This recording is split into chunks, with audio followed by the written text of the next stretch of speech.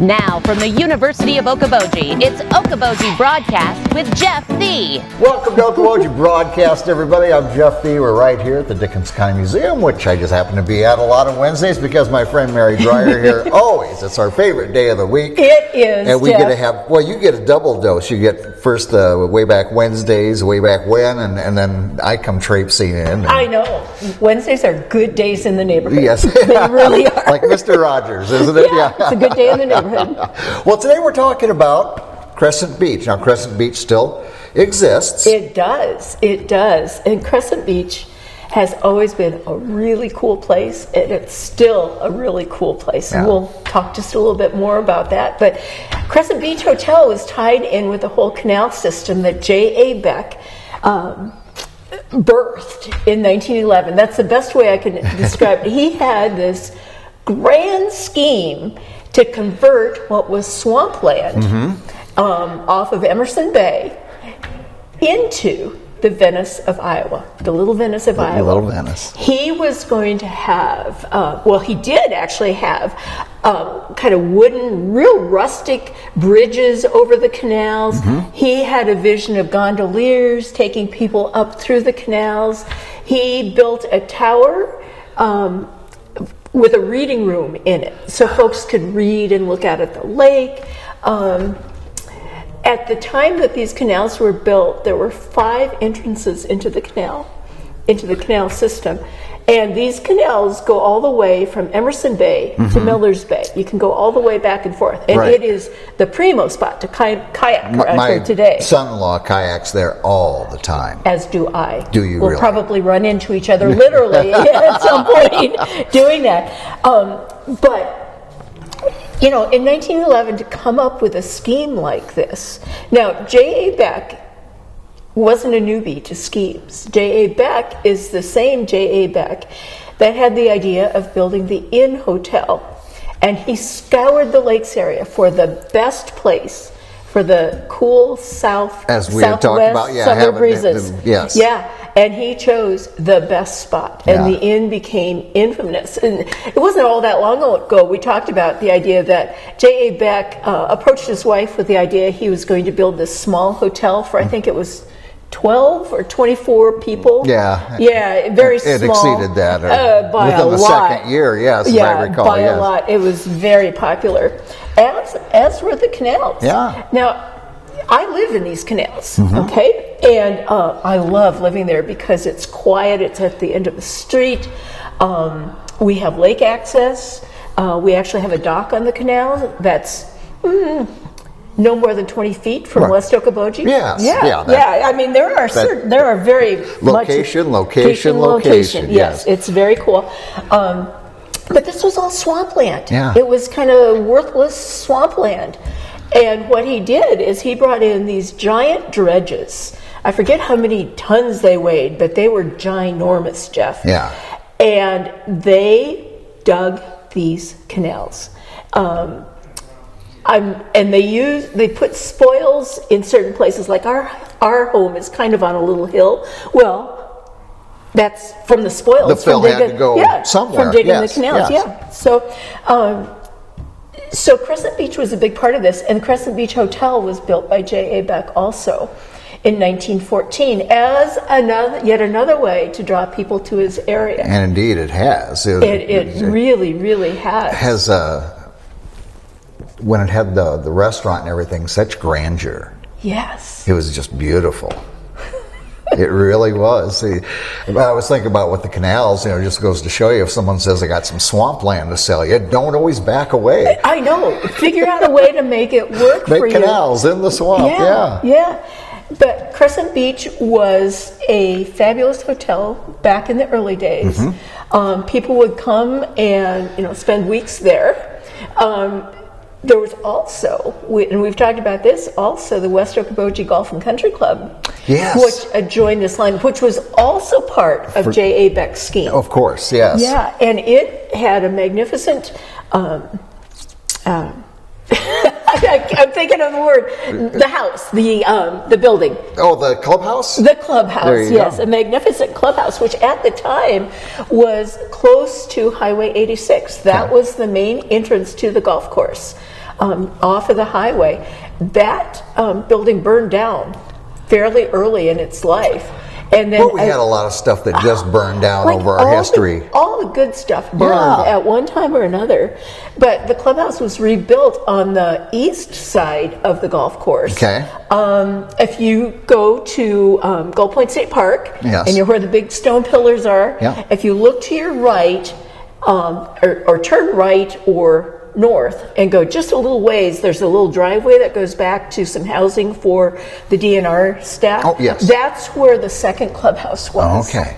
All right. Yeah. So Crescent Beach took advantage of the canal system. At one time, there was a livery on the canals on the, I have to think, it would be the north side of the island that Okay. still exists at Crescent Beach. And liveries for Boats. boats, yes. Boats. There is a house there still. It's a green farmhouse-like building that was there when this livery was there in the early 1900s. The picture we have shows that same house that stands today with the rowboats, probably Hafer boats, Yeah. in the canal Yeah. that people could rent and go there. Yeah, and enjoy them. Yeah. But this whole system, and we've talked about this before, Jeff, the canal system was just a grandiose plan. And by all rights, it should have succeeded. Except that at the time J.A. Buck built these and then was trying to sell the lots for development, there was still a lot of prime lakeshore property available. Sure. And, people wanted to live on the lakeshore instead of the canals. Yeah. And so the system didn't work. It just didn't work. But now the canals are fully, there's people living all around Oh, of course, yeah. The lake would, all the prime stuff on the lake is gone. Right. Or taken, I should say. I call living on the canals, and again, we don't live on the lake, we live just off the lake. Yes. I call it living in the cheap seats because we have all the amenities of being on the lake without paying the high taxes. Cheap and having, seats, but you still get to see the show. That's right. I never thought of it quite like that. Well, I've gone to enough concerts where I'm in the cheap seats. So No, it's a great place to live, and it's quiet and it's wooded. Any ideas how long it took to dredge all that? My best guess is about a year. Okay. Don't know for sure, but looking at this picture of the dredges, they were ginormous. Yeah. Absolutely ginormous. I wonder how they got them here. Think about that's that. a good question. Yeah. Back then, How did they get them here? they didn't have big flatbeds, and the road system certainly wasn't what it is now. No. Well, Mr. Beck had it going on. He knew what he was doing. Yeah. He was doing. So Crescent Beach Hotel through the years has been known not just for being a great place to stay with a great beach. The beach is still great there. Beautiful. And a great restaurant. I remember that the Crescent Beach restaurant was the place to go. Oh, it was I got to lovely. eat there once as a kid. Just once, Just huh? once. That was. yes. They used to have a Sunday brunch years ago, 1990s, and it was just a must go to. It Yeah. was that good. It and they was always that had someone playing piano in the other room, and it was, like I said, it was grandiose. It was wonderful.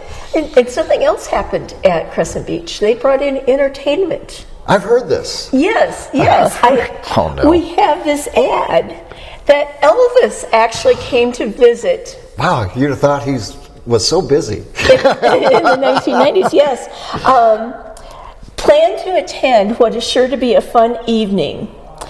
Jeff Thee will kick off the evening with an Elvis impersonation that is sure to have you tapping your blue suede shoes. Oh, they really built that up, didn't they?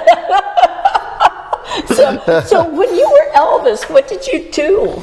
If I remember right, it was a fundraiser for the Lakes Area Community Theater, and I had been in a couple productions, and they were raising some funds, and I believe somebody was doing a two-person play as well, and then they brought in Elvis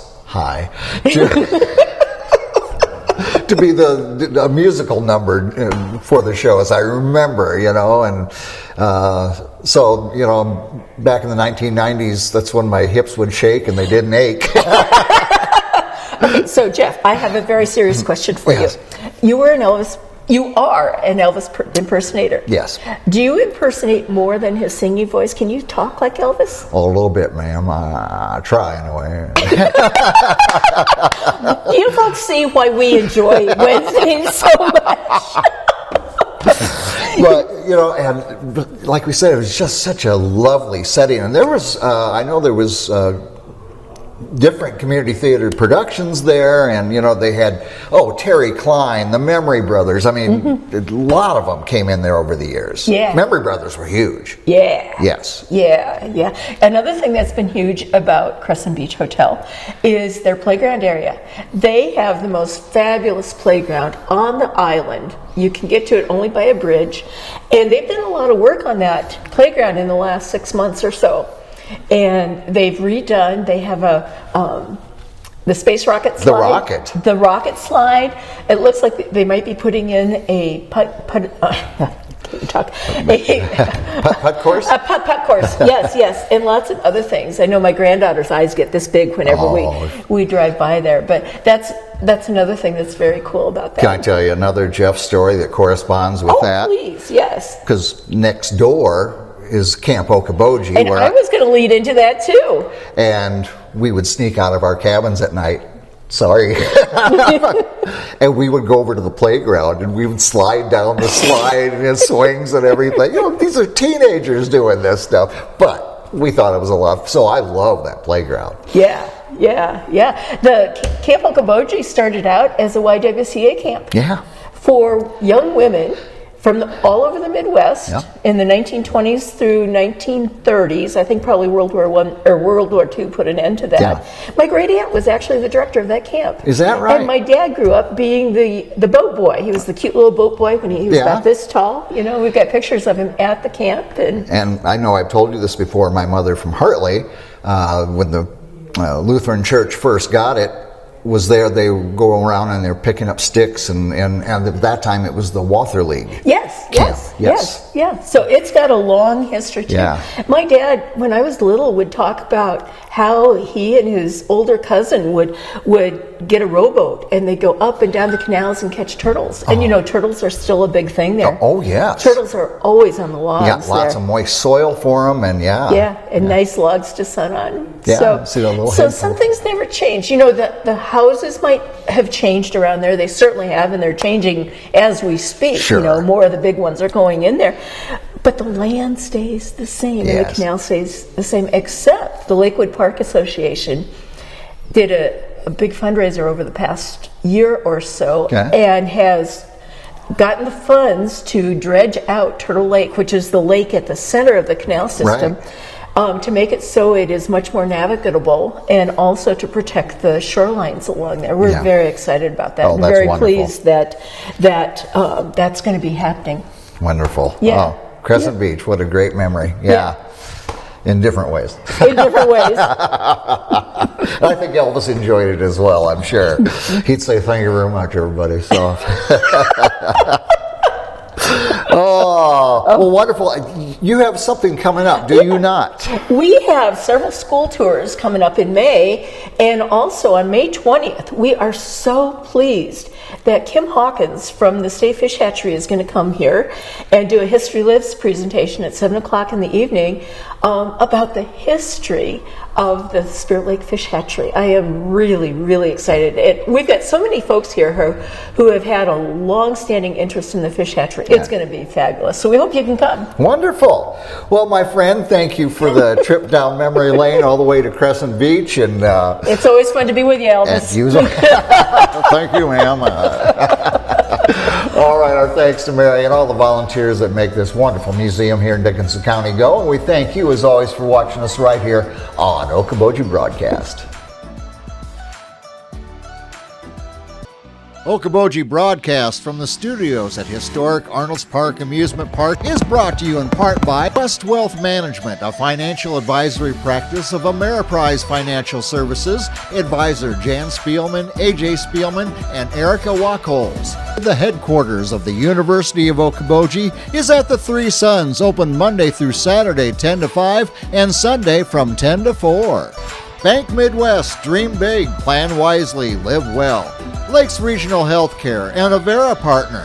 Beck Engineering in Spirit Lake, Be Radiant Laser Skin Studio in the Okoboji Plaza in Okoboji,